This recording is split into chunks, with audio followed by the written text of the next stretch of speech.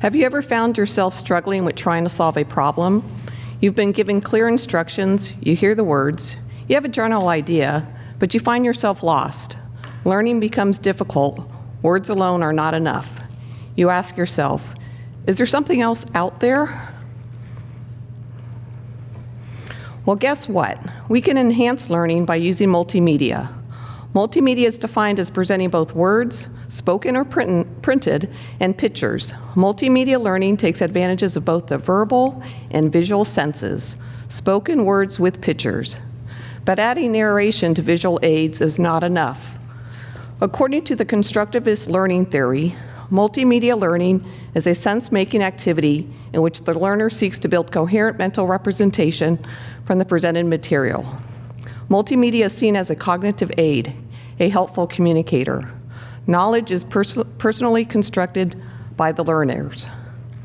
And the teacher's job is to assist the learner in the sense-making process. We are their cognitive guide. The goal of multimedia presentation is not only to present information, but to provide guidance for how to process that information. So how do we accomplish this goal? First, we need to take a look at the brain, specifically our memory banks.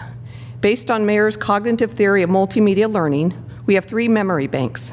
Sensory, where we perceive new information, working, which is our processing system, and long-term being our storage facility. In our sensory bank, we have a visual memory that briefly holds pictures and printed text as visual images, and an auditorial memory that holds spoken words and sounds as auditorial images. Instead of taking in new information with just one channel, we have 2. Working memory selects information from our sensory bank for processing and interrogation and is comprised of 2 subcomponents that are controlled by the central executive. There is a phonological loop that stores and rehearses verbal information, and the visuospatial sketchpad that maintains and manipulates visual images. While the sensory memory holds an exact copy of what was presented for less than a quarter second, working memory holds its version under 30 seconds and processes only a few pieces at any one time. Think about it. That's not a lot of time, to say the least.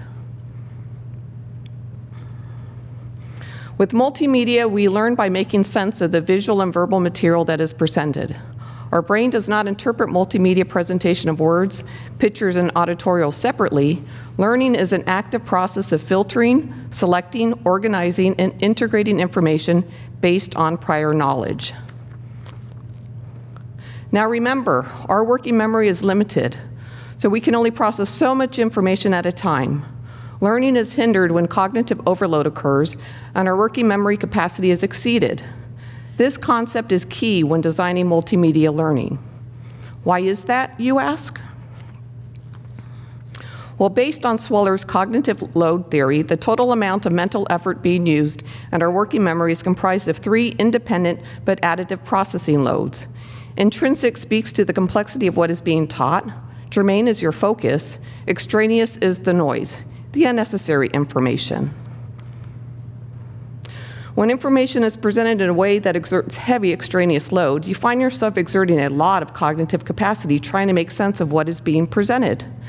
Hence, you have less or no time to focus, and you struggle with understanding the material.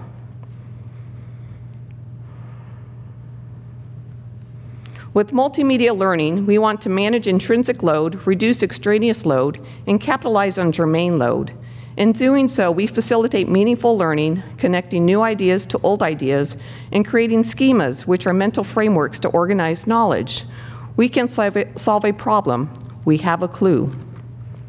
Remember, the goal is to present the information and provide guidance in determining what to pay attention to, how to mentally organize it, and how to relate it to prior knowledge. Therefore, when designing multimedia instruction, we want to keep in mind a few general principles. Get rid of unnecessary stuff. You can control how the information is being presented. Design your presentation with this rule in mind. Keep it simple. In doing so, you will be able to reduce extraneous load. Reducing extraneous load will aid in increased focus and understanding. You can also provide cues that highlight the essential material. A little direction doesn't hurt. See, look here. Use printed text wisely. And when you do present words with pictures, do so at the same time and close to each other. Eliminate the chaos. People learn better.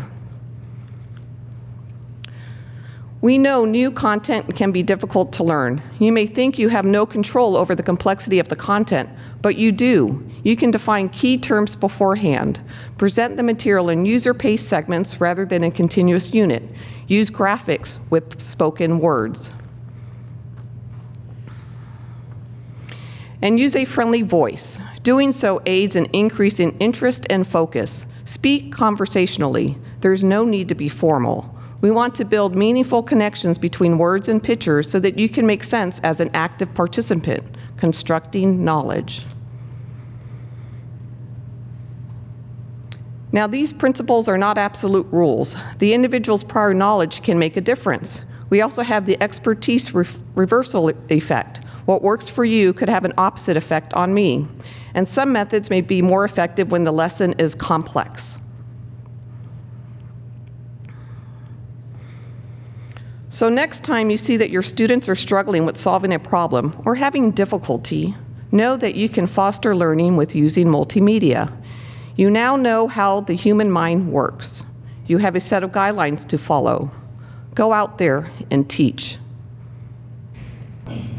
Have you ever found yourself struggling with